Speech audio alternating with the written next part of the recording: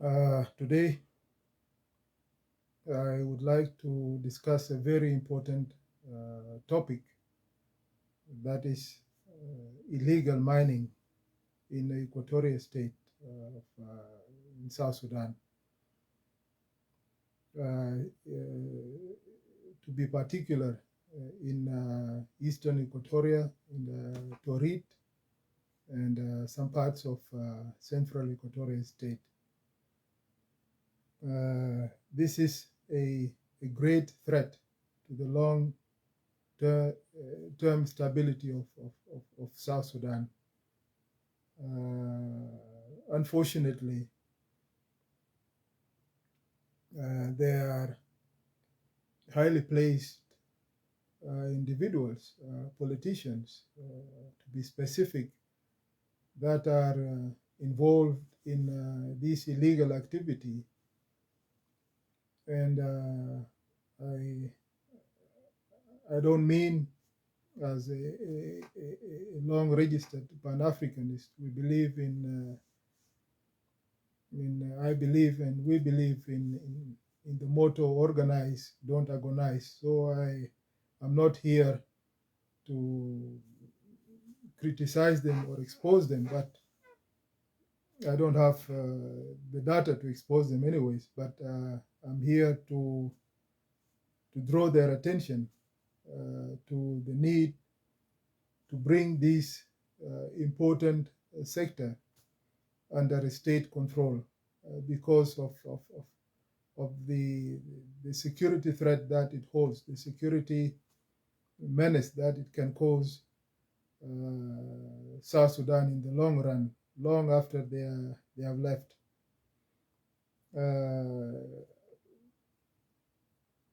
I would like to do that through giving examples of how this extractive industry, that is the mining industry, has how this industry has affected negatively some African countries. In particular, I'll talk about Angola and DRC. Before that, let me just mention that there are two types of mining. Regulated mining, that is under state control. You have contracts, you have royalties, and the money that comes from regulated mining goes direct to the budget, while there is illegal mining, that is illegal artisanal mining. It operates on the shadow of the state. It's not regulated, and it is not. It does not contribute directly to government resources, to the budget. In terms of the resource curse narrative that these extractive industries, these illegal mining activities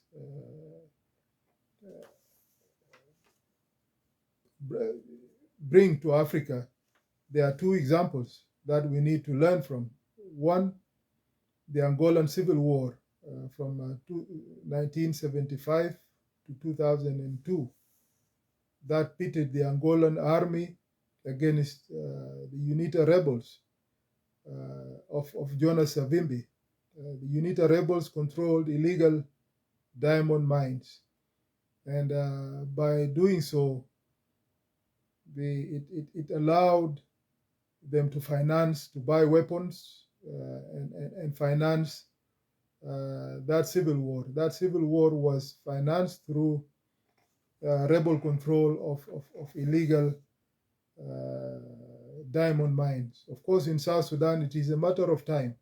It is a matter of time that the youth that are now engaged in charcoal and will think of better ways of earning more money. They will start going to these gold mines in Capoeira in particular, and in central Equatoria. And it is a matter of time that they organize themselves, they create leadership to protect the gains that they will have from the sale of gold from central Equatoria. And it will be difficult if that happens in future.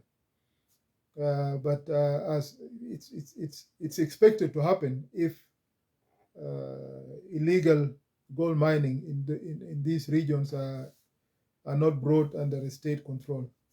The Angolan Civil War, as I mentioned, was financed by illegal diamond mine controlled by UNITA rebels. And in 94, there was a peace agreement between the government and UNITA rebels, the Lusaka Protocol, which called for the departure of mercenaries. Of course, once this illegal activity takes root in a country, there are mercenaries, international mercenaries that will come in and provide a way for these illegal, for these criminals, or I wouldn't call them criminals yet, but for these artisanal miners to sell their gold to the international market through banks, through regional banks, Equity, KCB, Cooperative, Nile Commercial, Ethiopian, and all these banks don't mine. It's difficult to control the money that will come and leave South Sudan through these through the banks that are in South Sudan. We all know what is happening in the Democratic Republic of Congo. Congo, DRC, is one of, if not the richest country in the world in terms of mineral resources. Congo has uranium, has copper, has coltan, has cobalt, has diamond, has gold, and it is difficult. It is really, you can't find any country in the world with such important minerals that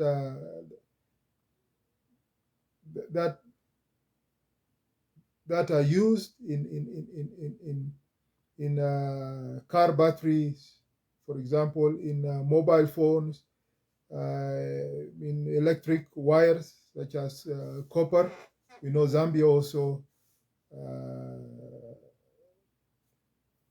produces copper. Actually, Zambia is the capital of copper. It produces most copper. Is the country with most copper in the world. But DRC has a significant amount of copper too. And all these electric wires all over the world, this is all over the world, and in cars or in homes use copper. Computer chips, we have coltan, cobalt, and this the security situation in DRC Congo has become so complex because of the engagement of unemployed youth in who found refuge in the extractive industries in the DRC Congo. They have become engaged in artisanal mining, and they have brought a lot of insecurity in the eastern DRC in particular. The rebel groups such as the M23 are financing their operations, military operations in eastern DRC through artisanal mining. The Interhamwe genocidaires who came from Rwanda are also financing their rebellion through artisanal mining. Unfortunately, they have found ways to avoid being detected through international engagement. There are international organizations that are working with African countries to try to put a stop to this illegal activity. We have institutions such as the US initiated Dodd-Frank certification that tracks these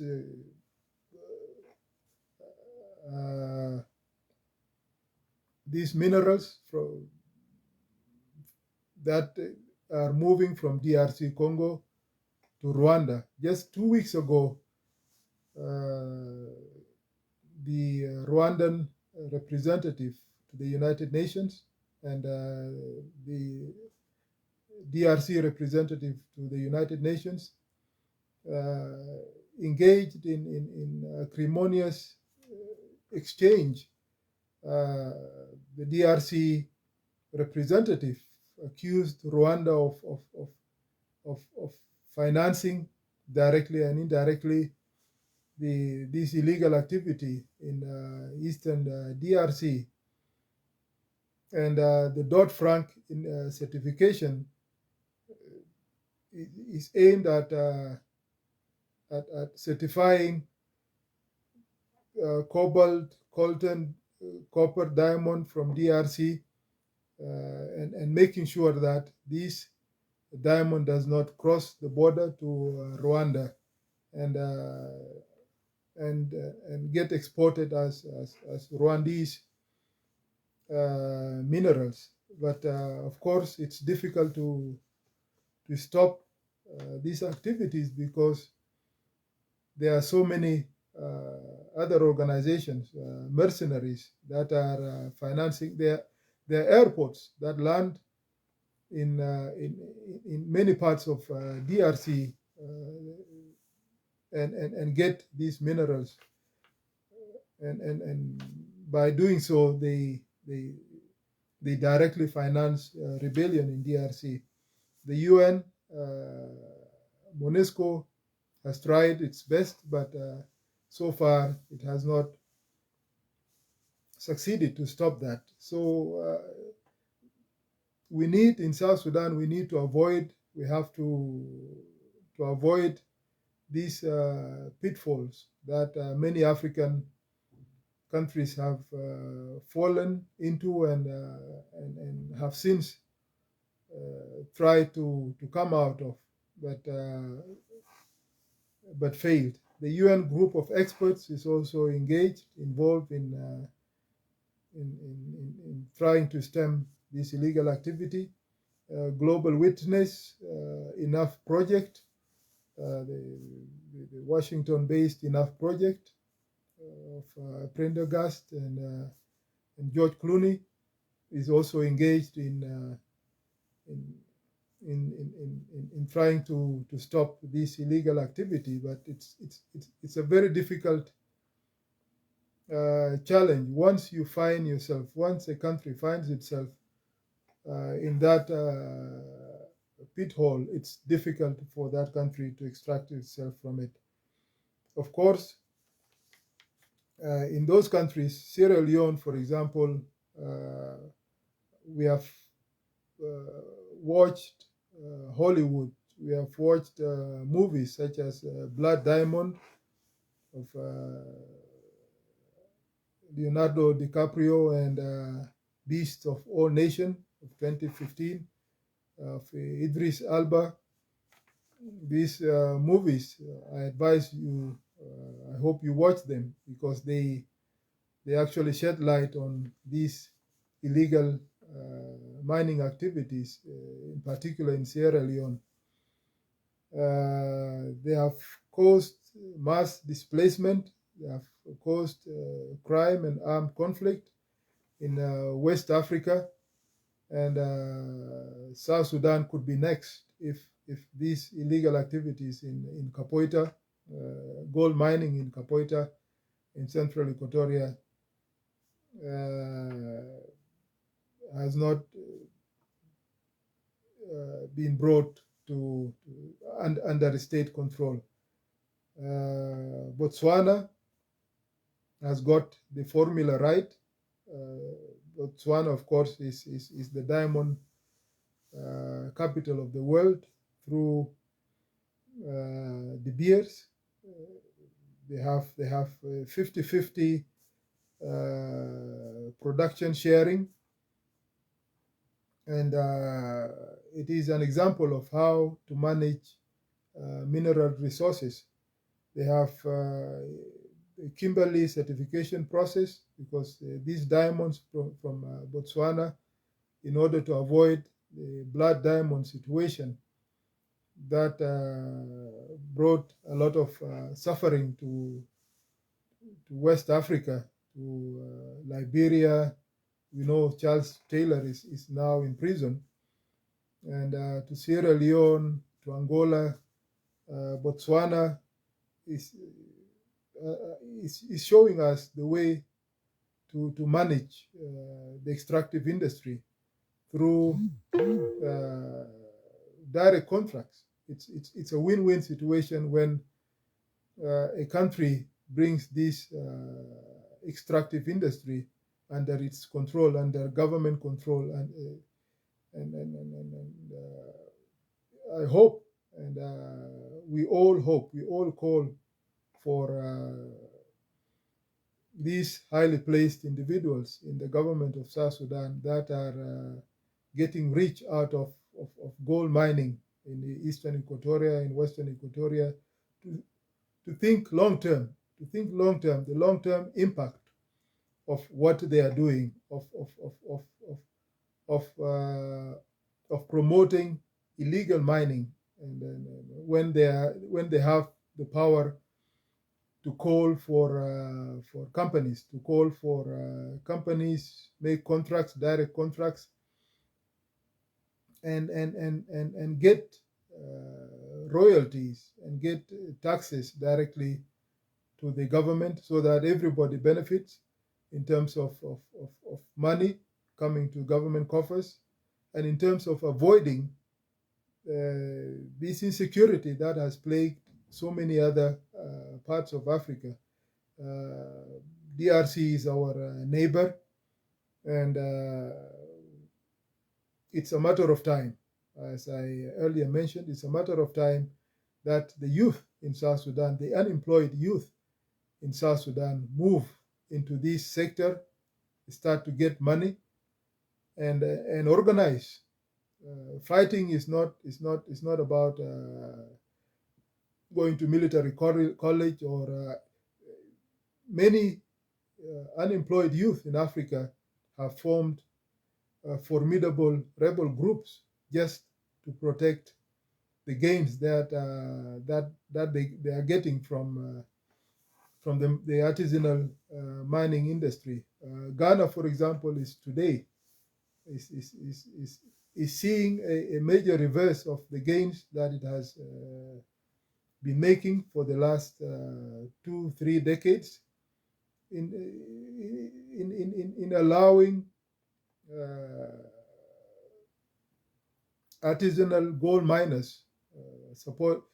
The Chinese have come into Ghana and provided equipment to artisanal mining, and these artisanal mines have destroyed the major export of Ghana, that is cocoa. We know that cocoa is the major export of Ghana. It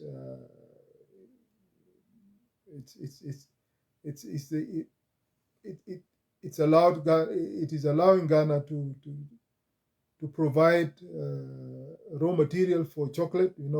Cocoa is the raw material for chocolate, and Ghana has become a rich country out of cocoa, and cocoa has been the main source of employment in Ghana. But in the last few years, illegal gold mining has allowed Chinese to come in, and cocoa farms, so many acres of cocoa farms have been destroyed in Ghana, and clean drinking water, rivers have been polluted because extracting of gold, you put chemicals, and Ghana is now seeing a reverse of the gains that it has made over the years. As I earlier mentioned, this is not to call out these leaders, these politicians that are engaged in gold mining in Equatoria, but again, to alert them that let us not allow South Sudan to slide into that pit. It's difficult to come out from, and it will cause a lot of insecurity in the long run. I guess this is the only thing I want to say about this issue, and I hope that we all engage, we all speak out, we all, in many ways, privately, publicly. If you have people that you know in South Sudan, leaders that you know in South Sudan, talk to them, encourage them. We are a small community, we all know each other, and we can talk to each other candidly. Thank you.